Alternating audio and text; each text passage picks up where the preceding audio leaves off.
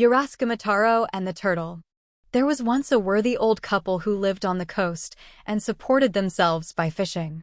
They had only one child, a son, who was their pride and joy, and for his sake they were ready to work hard all day long and never felt tired or discontented with their lot.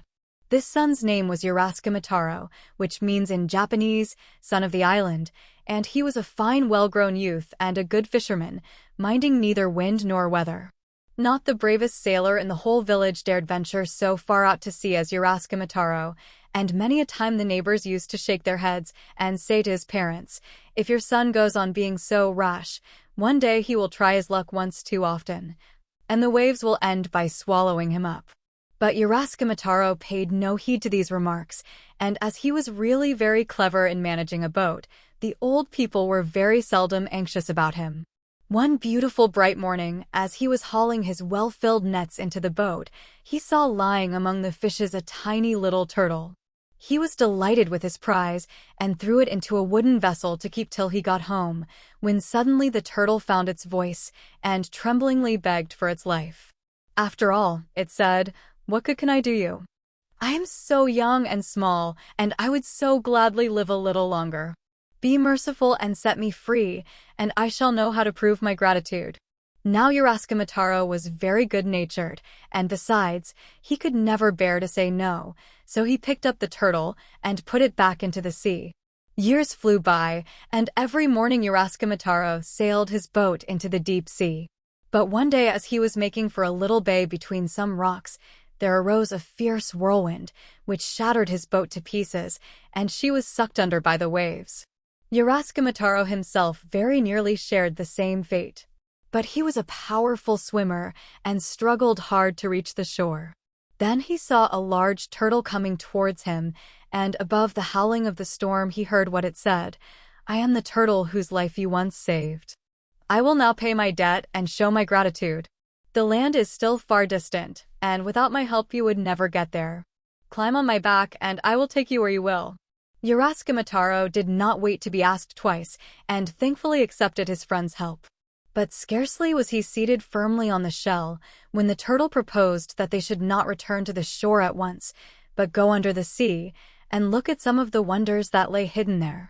Uraschimataro agreed willingly, and in another moment they were deep, deep down, with fathoms of blue water above their heads. Oh, how quickly they darted through the still, warm sea! The young man held tight and marveled where they were going and how long they were to travel, but for 3 days they rushed on, till at last the turtle stopped before a splendid palace, shining with gold and silver, crystal and precious stones, and decked here and there with branches of pale pink coral and glittering pearls. But if Uraschimataro was astonished at the beauty of the outside, he was struck dumb at the sight of the hall within, which was lighted by the blaze of fish scales. "Where have you brought me?" he asked his guide in a low voice. "To the palace of Ringu, the house of the sea god, whose subjects we all are," answered the turtle. "I am the first waiting maid of his daughter, the lovely Princess Otoheim, whom you will shortly see." Uraschimataro was still so puzzled with the adventures that had befallen him that he waited in a dazed condition for what would happen next. But the turtle, who had talked so much of him to the princess that she had expressed a wish to see him, went at once to make known his arrival.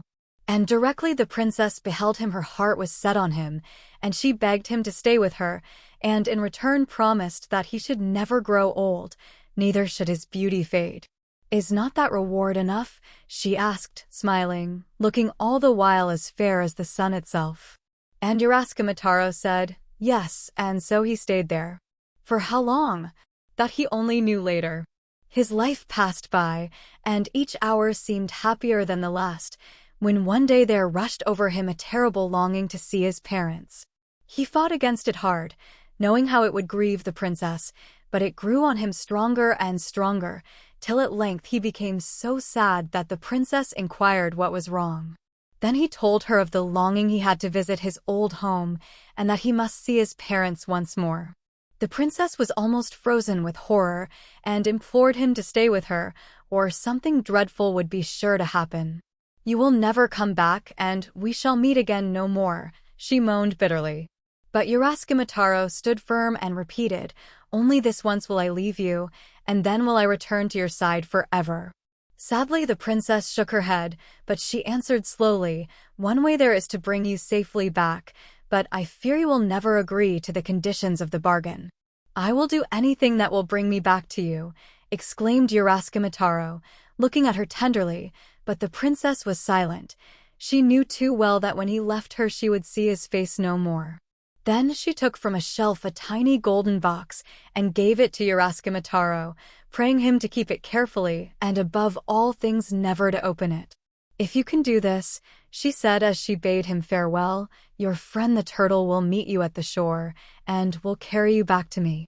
Uraschimataro thanked her from his heart and swore solemnly to do her bidding. He hid the box safely in his garments, seated himself on the back of the turtle, and vanished in the ocean path, waving his hand to the princess. 3 days and 3 nights they swam through the sea, and at length Uraschimataro arrived at the beach which lay before his old home. The turtle bade him farewell and was gone in a moment. Uraschimataro drew near to the village with quick and joyful steps.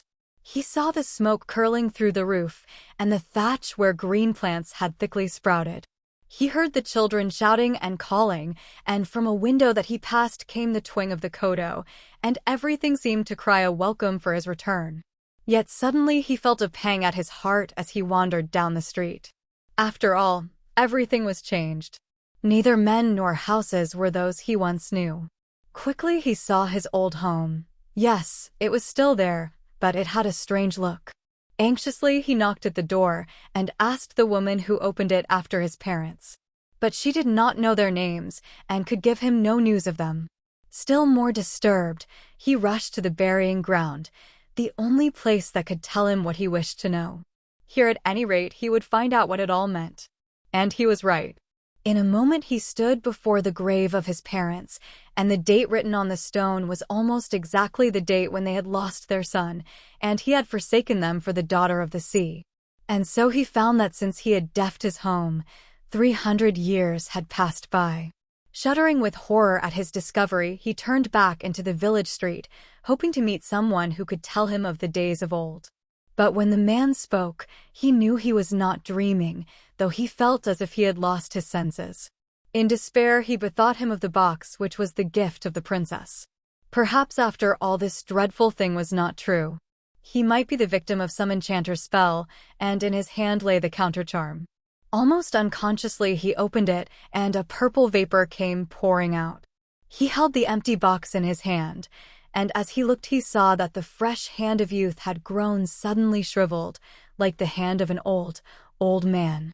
He ran to the brook, which flowed in a clear stream down from the mountain, and saw himself reflected as in a mirror. It was the face of a mummy which looked back at him. Wounded to death, he crept back through the village, and no man knew the old, old man to be the strong, handsome youth who had run down the street an hour before. So he toiled wearily back, till he reached the shore, and here he sat sadly on a rock and called loudly on the turtle. But she never came back any more, but instead, death came soon and set him free. But before that happened, the people who saw him sitting lonely on the shore had heard his story. And when their children were restless, they used to tell them of the good son who, from love to his parents, had given up for their sakes the splendor and wonders of the palace in the sea, and the most beautiful woman in the world besides.